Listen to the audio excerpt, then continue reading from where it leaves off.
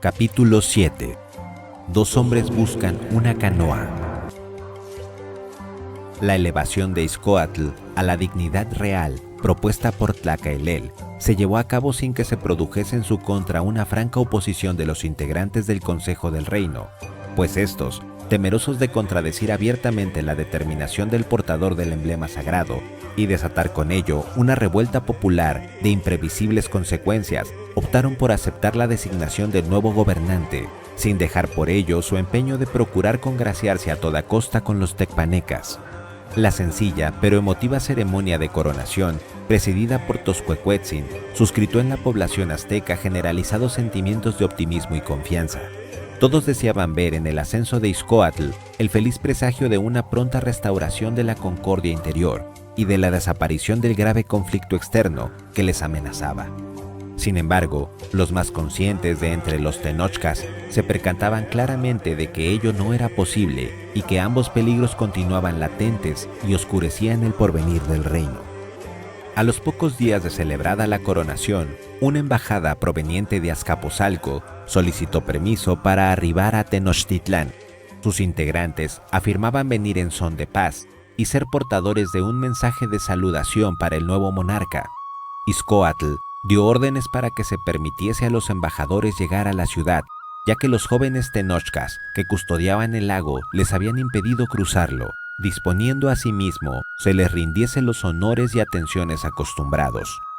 Los embajadores comenzaron por expresar ante Izcóatl el saludo que le enviaba Maxtla con motivo de su reciente entronización, pero acto seguido cambiaron de tono para transmitirle las duras exigencias acordadas por el soberano de Azcapotzalco. Todos los jóvenes que habían secundado a Moctezuma debían ser considerados como rebeldes, siendo obligación de las autoridades tenochcas reducirlos por la fuerza para luego entregarlos maniatados a los tecpanecas, los cuales les aplicarían el castigo que estimasen pertinente. Finalmente, Maxtla decretaba un considerable aumento en los tributos, ya de por sí elevados, que debían pagar los aztecas. Al conocerse las pretensiones tecpanecas, renacieron de inmediato las diferencias de criterio entre los dirigentes tenochcas. Toscuecuetzin las calificó de inadmisibles y otro tanto hizo Moctezuma, a quien Izcóatl había liberado el mismo día de su ascenso al poder. Pero en cambio, los miembros del Consejo del Reino vieron el cumplimiento de dichas pretensiones la última posibilidad de lograr preservar la paz, e iniciaron una campaña de rumores tendientes a convencer al pueblo de que las condiciones impuestas por Maxtla no eran tan severas como pudiera esperarse, y que los únicos obstáculos que impedían lograr un acuerdo con sus poderosos vecinos provenía del orgullo de Moctezuma y de la sensibilidad de Toscuecuetzin. Correspondía a Izcóatl decir la última palabra, pero éste había resuelto no tomar ninguna determinación sobre tan importante cuestión hasta no conocer la opinión de Tlacaelel. Así pues, se limitó a responder con evasivas a los requerimientos de los embajadores. Percatándose de la inutilidad de sus esfuerzos para determinar cuál sería la conducta que asumiría en lo futuro el gobierno azteca, los emisarios de Maxtla dieron por concluida su misión en la corte de Izcóatl y anunciaron su próximo regreso a Azcapotzalco. Las elegantes canoas que transportaban a los funcionarios tecpanecas se cruzaron en su viaje de retorno con una modesta embarcación tripulada por un solitario individuo. Ninguno de los orgullosos personajes prestó mayor atención a la figura de aquel sujeto, cuyo humilde atuendo revelaba su condición de sirviente. En cuanto hubo llegado a Tenochtitlán, el cansado viajero se presentó ante las autoridades para darles a conocer el mensaje del cual era portador, el informe que desde Teotihuacán enviaba Tlacaelel respecto a la fecha en que proyectaba llegar a la capital azteca. A través de la única abertura que hacía las veces de ventana en su paupérrima choza, la anciana Izquixóchitl contemplaba con ánimo entristecido las cercanas aguas del lago. Una completa y anormal quietud prevalecía en el ambiente. No se escuchaba voz alguna ni se veía una sola figura humana en las restantes casas que integraban la aldea donde moraba Izquixóchitl.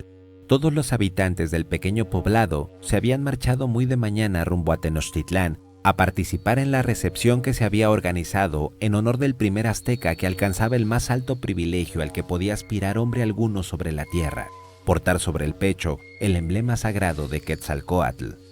Al recordar que ninguno de sus vecinos se había ofrecido para llevarla a la ciudad a presenciar los festejos, un amargo resentimiento hizo brotar gruesas lágrimas de los cansados ojos de la anciana. Jamás Ixquizóchitl había sentido tan cruelmente el peso de su invalidez como en aquellos instantes en que de buena gana habría dado todo lo que le restaba de vida a cambio de poder estar presente en Tenochtitlan, asistiendo con todo el pueblo azteca a la recepción que se había preparado para Tlacaelel. La existencia de Ixquizóchitl se hallaba marcada por un trágico destino. Siendo aún muy pequeña, habría perdido a sus padres, a la mayor parte de su familia, a resultas de la grave epidemia de una misteriosa enfermedad que asolara años atrás las tierras de la Anáhuac. Felizmente casada con el hombre a quien amaba, un pescador de muy modesta condición, poseedor de un carácter extremo bondadoso, su matrimonio se había visto tan solo ensombrecido por la carencia de anhelados vástagos. Cuando ya en edad madura, Ixquizóchitl sintió al fin los primeros síntomas del embarazo. Tuvo por cierto que estaba próximo el día en que habría de completarse su dicha, pero el alumbramiento tuvo fatales consecuencias, produciendo la muerte del hijo tan largamente esperado y ocasionando en la madre una extraña dolencia que paralizó casi todo su organismo, preservando tan solo su capacidad de raciocinio y sus funciones vegetativas. Los constantes cuidados que prodigaba a Ixquizóchitl, su devoto esposo, unidos al lento transcurrir del tiempo, fueron devolviendo a la enferma algunas de sus perdidas facultades. Recuperó el habla, así como el movimiento en la mitad superior de su cuerpo. Todos los días, tras de concluir sus cotidianas faenas, el esposo de Ixquizóchitl acomodaba a esta en una amplia y sólida canoa que personalmente había construido para el transporte de la inválida y efectuaba con ella largos paseos por alguno de los bellos parajes del lago. Mientras la balsa se movía pausadamente a través de las aguas, la pareja acostumbraba a entonar con alegre acento antiguas canciones. Al morir su esposo, Ixquizóchitl se vio reducida a subsistir gracias a la caridad de los habitantes de la aldea. Nadie volvió ya a pasear a la anciana por las riberas del lago, y ésta tuvo que resignarse a contemplar el mismo paisaje a través de la angosta ventana de su choza. La pesada canoa, en que efectuara antaño sus gratos recorridos lustres, fue llevada al interior de su habitación, y su contemplación llenaba de recuerdos el lento transcurrir de sus días solitarios. Cuando los juveniles y entusiastas seguidores de Moctezuma se dieron a la tarea de establecer un sistema defensivo en torno a la capital azteca, comenzaron por concentrar en unos cuantos embarcaderos debidamente fortificados las canoas dispersas por las distintas orillas del lago. Los encargados de llevar a cabo esta concentración, tras previa inspección de la aldea donde habitaba Ixquizóchitl, decidieron que un poblado tan pequeño no ameritaba la construcción de obras de defensa y, por tanto, resolvieron trasladar a otro sitio las escasas lanchas existentes en aquel lugar. Al percatarse de que intentaban despojarla de su querida canoa, Ixquizóchitl se había aferrado a ella implorando lastimeramente que le permitiesen conservarla. Conmovidos por las súplicas de la anciana, los jóvenes que tenían a su cargo efectuar la requisa de lanchas habían terminado por acceder a sus ruegos, contentándose con ocultar ingeniosamente la canoa, convirtiéndola en una especie de aparente refuerzo del endeble techo de la choza. Ante la imposibilidad de asistir a Tenochtitlán a contemplar la llegada del portador del emblema sagrado, Ixquizóchitl trató de compensar, mediante un esfuerzo de su imaginación, la incapacidad física que la mantenía inmovilizada. En su ágil mente, fue trazando una completa representación de todo lo que suponía debía estar ocurriendo en aquellos instantes en la capital del reino. Centenares de sirvientes ricamente vestidos precedían al heredero de Quetzalcóatl, anunciando su proximidad con rítmico toque de tambores y atabales. A continuación, 20 altivos guerreros marchaban sosteniendo con fornidos brazos una ancha plataforma elaborada con maderas preciosas. Sobre la plataforma, en un sitial bellamente adornado con incrustaciones de oro y jade, lucía imponente la figura de Tlacaelel, ataviado con lujosos y vistosos ropajes. Pendiente de su cuello y sostenido por una gruesa cadena de oro, portaba el reverenciado emblema que ostentaba en el pasado los poderosos emperadores toltecas, el enorme caracol marino de Quetzalcóatl. Ixquizóchitl había oído decir que Tlacaelel era un hombre joven, pero ella se negaba terminantemente a conceder la menor validez a semejante absurdo. Sin duda alguna, el heredero de Quetzalcóatl era un anciano de larga cabellera blanca y de rostro hierático, desprovisto de toda pasión y emociones humanas. con la vista perdida en el infinito, atento solo a las voces superiores de los dioses. La súbita aparición de dos figuras humanas que avanzaban directamente hacia la aldea vino a interrumpir bruscamente las ensoñaciones de la anciana. La presencia de extraños en aquella mañana resultaba del todo inusitada, pues de seguro ya toda la gente de los alrededores se encontraba en esos momentos en Tenochtitlan participando en la recepción de Tlacaelel.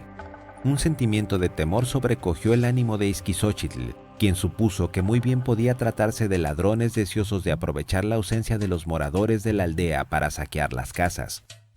Bajo el creciente impulso del miedo y la curiosidad, Ixquixóchitl trató de dilucidar a través de un atento examen la clase de personas que podrían ser aquellos dos sujetos que se aproximaban. A juzgar por el vestido y la actitud de uno de los recién llegados, la anciana no tuvo mayor dificultad para concluir que debía tratarse de algún modesto sirviente de un centro religioso. Sin embargo, a pesar de su profundo sentido de observación desarrollado a través de largos años de obligada inmovilidad, le resultó imposible emitir juicio alguno sobre la otra persona. El sujeto que atraía la atención de Ixquixóchitl era un joven de no más de 23 años, de estatura ordinaria y de recia figura y bien proporcionados miembros. Su atuendo, sencillo en extremo, constaba tan solo de un maxtlatl y de un tilmatl. No era por tanto su indumentaria, idéntica a la de cualquier campesino, la que desconcertaba a la inválida, sino la poderosa y extraña energía que parecía emanar de aquel individuo en cada uno de sus firmes y elásticos movimientos. Aparentemente los dos recién llegados conocían de antemano que Ixquixóchitl era en esos momentos la única habitante presente en la aldea, pues sin vacilación alguna se encaminaron hacia su desvencijada choza.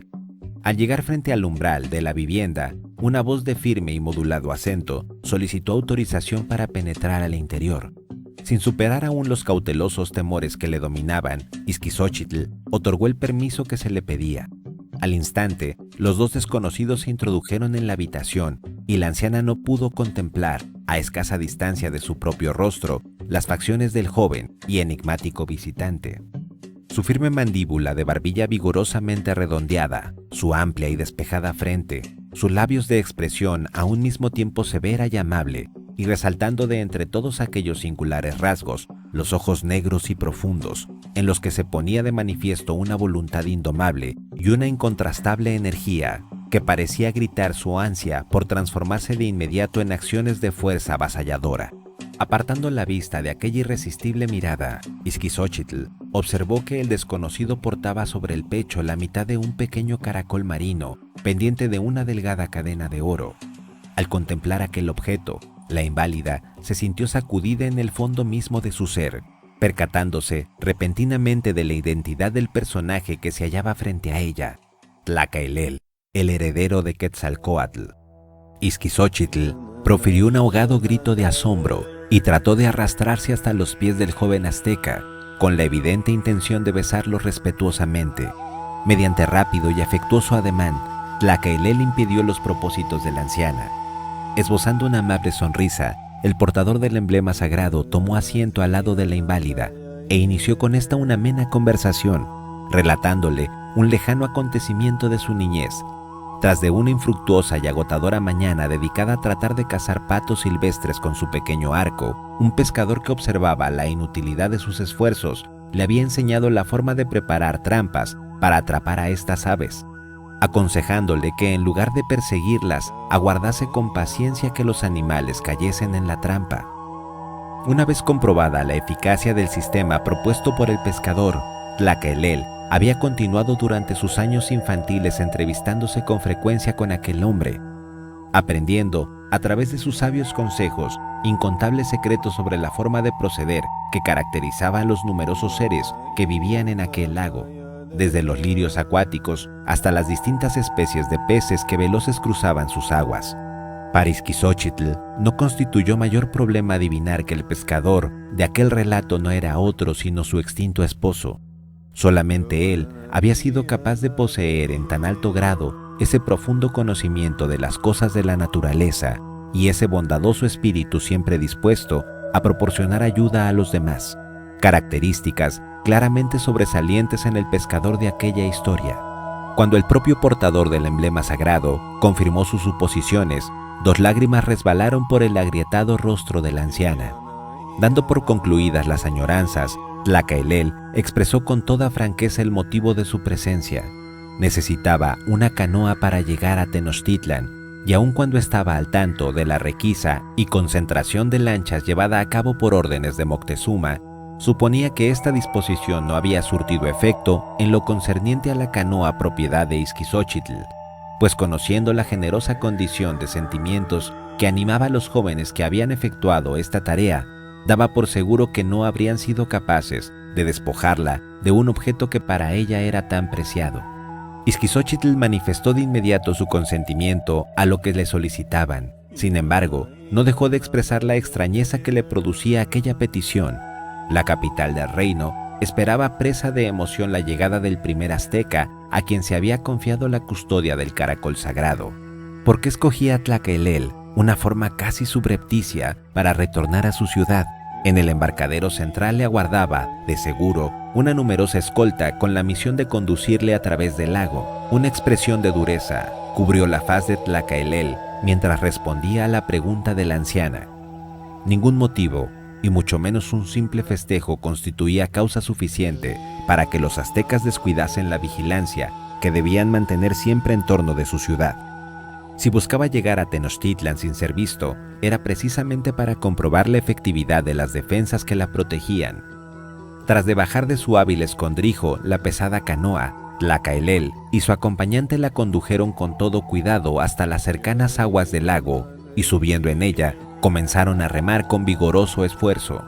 Dominada aún por la intensa impresión que dejara en ella la inesperada visita del portador del emblema sagrado, Ixquizóchitl contempló alejarse lentamente la canoa en dirección a la capital azteca.